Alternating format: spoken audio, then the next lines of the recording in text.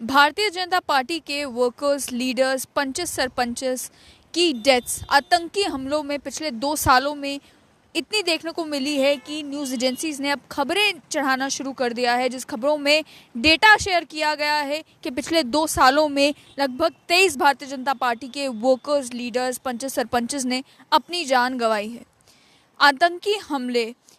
जम्मू कश्मीर में कोई नई बात नहीं है, लेकिन जिस तरीके से एक ही पार्टी के वर्कर्स को, लीडर्स को, पंच सरपंचेस को टारगेट किया जा रहा है, ये पिछले 2 सालों में ज़रूर देखने को मिला है। और इसके चलते लोगों ने सवाल उठाना शुरू कर दिया है पुलिस के काम के ऊपर, इंटेलिजेंस एजेंसीज के कामकाज के ऊपर, कि जहां पुलिस द्वारा ये कहा जाता है और हकीकत भी है कि बहुत सारे इन लीडर्स, वर्कर्स के और पंच सरपंचेस के पास सिक्योरिटी है, PSOs दिए गए हैं, इनके अकोमोडेशन का अरेंजमेंट किया गया है, बुलेट प्रूफ व्हीकल्स कुछ लोगों को दी गई हैं। उसके अलावा भी ये 24 घंटे पुलिस की सर्वेलेंस के अंडर होते हैं। उसके बावजूद भी किस तरीके से आतंकियों को वो ओपनिंग मिल जाती है, वो मौका मिल जाता है कि वो हमला करते हैं इस तरीके से।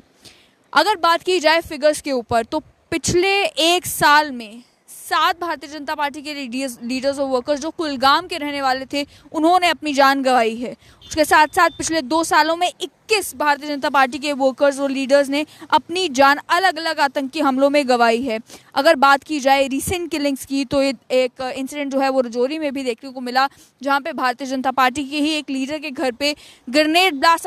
आतंकियों द्वारा किया जाता है, जिसमें एक 2 साल के मासूम बच्चे की जान चली जाती है। उसके अलावा अनंतनाग में भारतीय जनता पार्टी के एक पंच सरपंच, उनकी हत्या जो है वो कर दी जाती है, जो कि रहने वाले कुलगाम के थे लेकिन अनंतनाग में रह रहे थे, उनकी भी किलिंग की जाती है। पिछले 10 दिनों की अगर बात की जाए, तो लगभग 4 ऐसे वर्कर्स और लीडर्स की किलिंग आतंकियों द्वारा की गई है। और उसमें भी 17 अगस्त की अगर बात की जाए, तो जावेद अहमद डार, जो कि भारतीय जनता पार्टी के कॉन्स्टिट्यूंसी इंचार्ज थे, उन्हें भी ब्राजलू कुलगाम में आतंकियों द्वारा मार दिया जाता है। साथ ही में अगर बात की जाए और केसेस की, तो अगस्त 9 को भारतीय जनता पार्टी के किसान मोर्चा डिस्ट्रिक्ट प्रेसिडेंट कुलगाम के गुलाम रसूल और उनकी वाइफ जवाहरा बानू, जिनकी मैंने बात की,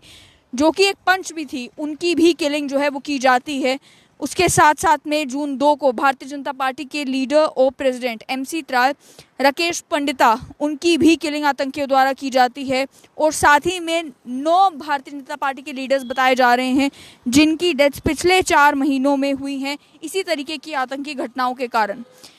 उसके अलावा अगर बात की जाए, तो अक्टूबर 30 पिछले साल 3 भारतीय जनता पार्टी के वर्कर्स, जिसमें फिदा हुसैन, जो कि भारतीय जनता पार्टी की युवा मोर्चा जनरल सेक्रेटरी थे, भारतीय जनता पार्टी के वर्कर उमर रमज़ान, जो कि रेजिडेंट थे वाईकेपोरा के, और उसके अलावा उमर रशीद, जो कि रेजिडेंट थे सुपार देवसार एरिया के कुलगाम के, उनकी किलिंग आतंकियों द्वारा की जाती है। सितंबर 23 पिछले साल BDC चेयरमैन खग, जो कि भारतीय जनता पार्टी के साथ अफिलिएटेड थे, भूपिंदर सिंह, उन्हें भी आतंकी अपनी बंदूक का निशाना बनाते हैं। अगस्त 9 को पिछले साल भारतीय जनता पार्टी के OBC के डिस्ट्रिक्ट प्रेसिडेंट अब्दुल हमीद नजर, उनकी भी किलिंग जो होती है बड़गाम में, जब वो मॉर्निंग वॉक पर निकलते हैं। उसके अलावा भारतीय जनता पार्टी के सरपंच सज्जाद अहमद खांडे अगस्त 6 को उनके रेजिडेंस पर भी जो है टेररिस्ट अटैक करते हैं और वेसू काजीगुंड में उनके ऊपर भी गोली चलती है। उसके साथ साथ पिछले साल 4 अगस्त को एक भारतीय जनता पार्टी के सरपंच के ऊपर कुलगाम में ही हमला किया जाता है, लेकिन वो हमले में बच निकलते हैं। साथ ही में पिछले साल जुलाई 8 को भी 3 मेंबर्स एक ही फैमिली के, जिसमें भारतीय जनता पार्टी के स्टेट एग्जीक्यूटिव कमेटी के मेंबर भी थे शेख वसीम बारी, उसके अलावा उनके पिता बशीर अहमद और उनके भाई शेख उमर, उन्हें भी आतंकी अपनी गोली का निशाना बनाते हैं। उनके रेजिडेंस के ऊपर, जो कि बांडीपुरा में था, वहाँ पर अटैक करते हैं। और ये जो फ्रीक्वेंट किलिंग्स हो रही हैं भारतीय जनता पार्टी के लीडर्स के और वर्कर्स के ऊपर, खास तौर पर कुलगाम डिस्ट्रिक्ट में, उसको लेकर भारतीय जनता पार्टी के स्पोक्स पर्सन ने भी कहा है कि इसे बहुत ज़्यादा सीरियसली लेने की ज़रूरत है और समय है कि पुलिस उन कल्प्रिट्स को बुक करे, सेफ और secure accommodation Bharatiya Janata party के वर्कर्स को प्रोवाइड करे, वो सारे मेजर्स लिए जाएं जिन मेजर्स को लेने के बाद भारतीय जनता पार्टी के लीडर्स और वर्कर्स सेफ महसूस करें जम्मू कश्मीर में।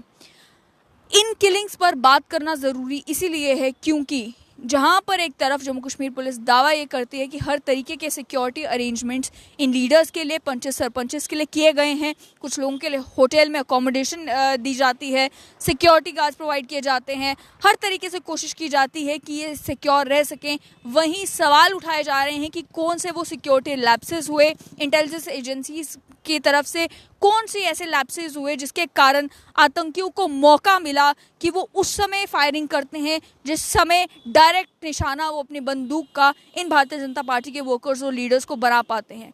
पंचेस और सरपंचेस की टारगेटिंग जो है जम्मू कश्मीर में वो काफ़ी सालों से आतंकियों द्वारा की जा रही है। उसको लेकर अलग अलग पार्टीज ये कहती हैं कि ये कोशिश है कि ग्रास रूट डेमोक्रेसी को जम्मू कश्मीर में जड़ पकड़ने ना दिया जाए, उसे कमज़ोर किया जाए, इसीलिए टारगेट किया जाता है। और ये भी खास तौर पर कश्मीर घाटी में टारगेट किया जाता है पंचेस सरपंचेस को। वो फ्रीली अपनी ही पंचायत में मूव नहीं कर पाते हैं, उन्हें होटल में बंद करके रखना पड़ता है। वो जिस तरीके से उनका कनेक्ट आम लोगों के साथ होना चाहिए वो मुमकिन नहीं हो पाता है, क्योंकि वो पॉलिटिकल एक्टिविटी कर नहीं पाते हैं अपनी कॉन्स्टिट्यूंसी में जाकर, क्योंकि अगर वो पॉलिटिकल एक्टिविटी करने के लिए जाए कोई पता नहीं कब आतंकी हमला हो जाए। लेकिन इस पूरी सिचुएशन में बहुत ज़्यादा गंभीरता के साथ सोचने की ज़रूरत है कि किस तरीके से ये इंश्योर किया जाए कि आतंकियों को वो मौका ना मिल पाए कि वो इन लोगों के ऊपर अटैक करें। जिस तरीके से वो पॉलिटिकल वर्कर्स को अपनी बंदूक का निशाना बना रहे हैं, आतंकी हमले कर रहे हैं, और जिस तरीके से पिछले हफ्तों में देखने को मिला कि आतंकी ने रजौरी में उसी समय अटैक किया जिस समय भारतीय जनता पार्टी के लीडर अपने परिवार के साथ वेरांडा में थे। उसके अलावा भारतीय जनता पार्टी के पंच सरपंच जिस समय वो रह रहे थे अनंतनाग में, होटल छोड़कर वो अपने घर वापस गए थे। ये सारी बातें जो है पुलिस ने अपने बयानों में बताई कि वो होटल अकोमोडेशन छोड़कर उन्हीं की रिक्वेस्ट पे उन्हें घर भेजा गया था और उसी समय आतंकियों ने अटैक किया। इन सारी वारदातों को नोटिस लेते हुए क्या एक ऐसी स्ट्रैटेजी बनाने की कोशिश पुलिस और इंटेलिजेंस एजेंसीज कर रही हैं जिससे इस तरीके के अटैक्स को रोका जा सके, ताकि ये जो दिन ब दिन केसेस आ रहे हैं, इंसिडेंट्स देखने को मिल रहे हैं, मौतों के, ये सिलसिला थमे।